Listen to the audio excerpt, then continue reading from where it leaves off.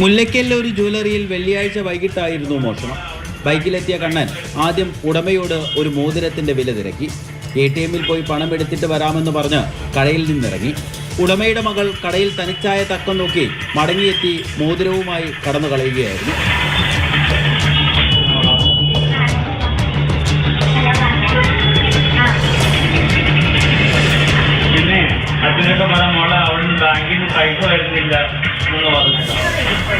കഞ്ഞിക്കുഴി സ്വദേശിയാണ് കൊമ്പൻ കണ്ണൻ എന്ന് വിളിപ്പേരുള്ള കണ്ണൻ.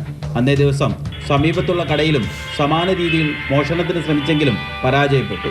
പ്രതി റിമാൻഡിലാണ്.